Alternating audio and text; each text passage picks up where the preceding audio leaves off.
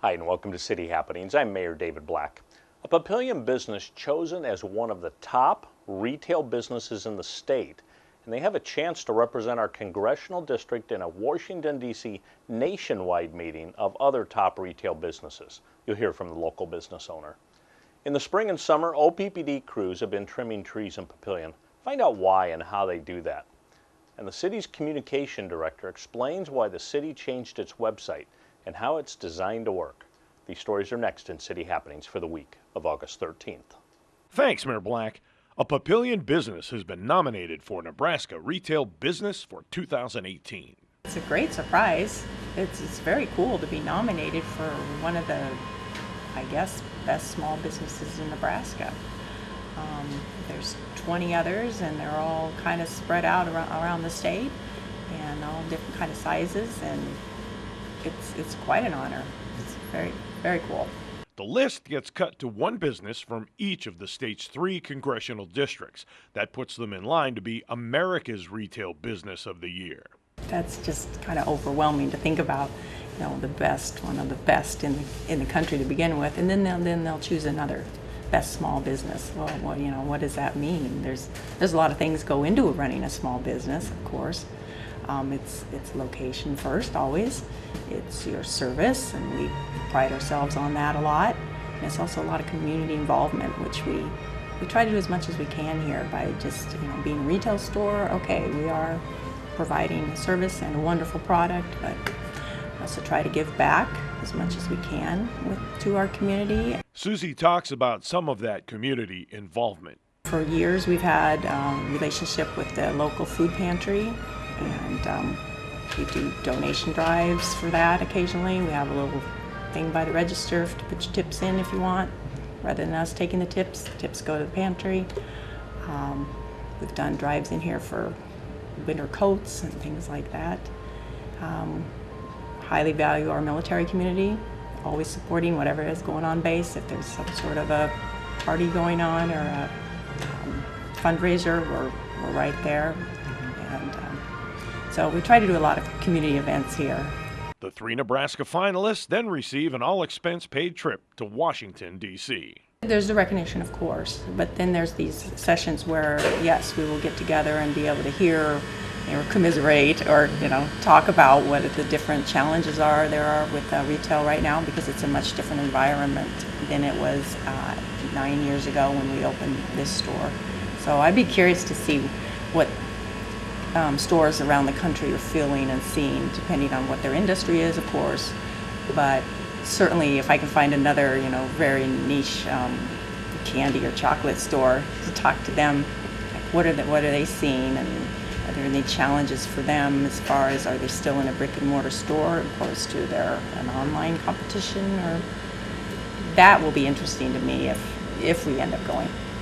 The big question is, should Chocolate Stam be chosen to represent Nebraska Congressional District 2? Will Susie go to D.C. alone, or will her husband Chad accompany her? We would both love to go, yes.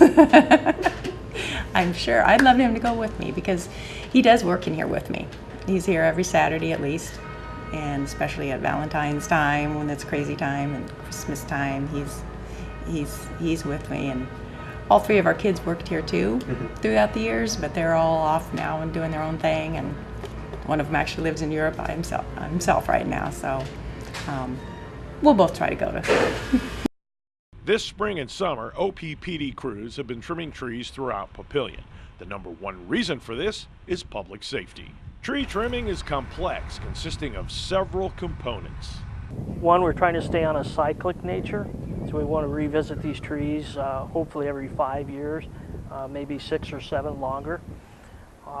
We also do a lot of inspections. Our foresters go out and inspect locations or maybe a certain circuit that needs to be put in front of another one. We get input from our engineers. Also customers will call in and give us a heads up on where some problem spots are that may not be showing up for us. So we put those all together late fall, early winter, and kick out that schedule for the next year. Direction pruning is OPPD's strategy. That's a method that's accepted across the country as a best practice. It's an accepted industry standard. So directional pruning is trying to train the tree and prune the tree in such a way that we keep it from growing back into the lines. It results in fewer cuts on the tree, so it's healthier for the tree. When we go to cut an actual limb, we're going to cut it right at a collar, which is kind of that union between the trunk or the next branch and the branch that we're trying to cut.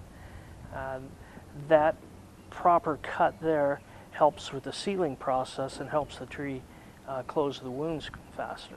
Site assessment before trimming is huge. What we're going to take and how much we're going to take depends on a lot of things. Size of the tree, voltage in the construction of the line, what condition the tree's in, what kind of yard it's in. Every yard's very specific. So when we decide, hey, this is what we're going to do and what we need to take out, and we need to have, a certain amount of clearance so that we don't have limbs growing back into the wires until we're back again on our next cycle, and then we trim to those specs. While trimming for clearance, the tree's well-being is a priority. We can't just stop there and trim in the middle of a limb. That's bad for the tree. You're going to cause you probably cause that limb to die and decay in the rest of the tree. So we need to go then back to that next best lateral or to the trunk of the tree and then make that good proper cut. The result is not always pleasing to the public. That can result in some misshapen trees or trees that customers really don't associate with tree trimming when they call a tree company to do their own trimming, because we're not out there for aesthetic reasons. We're there to actually clear the conductors up, and so it may not be aesthetically pleasing, but it's really healthier for the tree in the long run. The city rebuilt its original website about a year ago. Our former website was really hard to navigate for the resident, and it was also really hard to edit on our end. It just wasn't user-friendly from either side.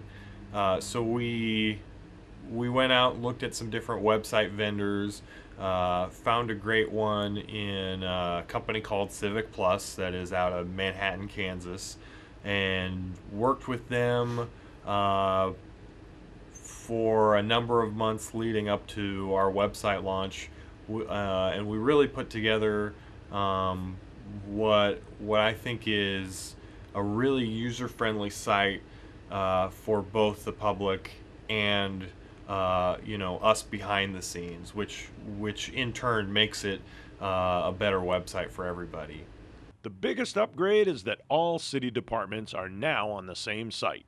They've all got their different pages and sometimes a little bit more formal home pages for different facilities, but every department and facility is on the same site, so there's no more wandering off to different sites and not being able to find your way back, or perhaps not being able to find the particular site that you're looking for because it is maybe an offshoot site. The goal is to have the city website user-friendly. The new site's just a lot more easy to navigate. Information's a lot easier to find, hopefully, and the goal is that you can find whatever kind of information you're looking for within just a couple of clicks. So like I say, we've tried to organize it in such a way that it's a lot more intuitive than it was before. Here are some of the items available on the newly designed website. Agendas, city council agendas, and agendas for our other public meetings are much more easy to access, along with minutes. The mayor's hotline is front and center on the home page. Obviously a really important feature for our public to be able to interact with us and tell us what issues they might be having in their neighborhood. But wait, there's more. New home pages for police, fire, parks and recreation, library, Sumter Amphitheater, and the golf courses. And some of those had their own home pages before on different vendors. Some didn't, and so we think that it just kind of adds to being able to adds to the user friendliness of our site, and gives those pages basically a place to live, those departments a place to live, especially for like our police and fire that didn't have their own home pages before.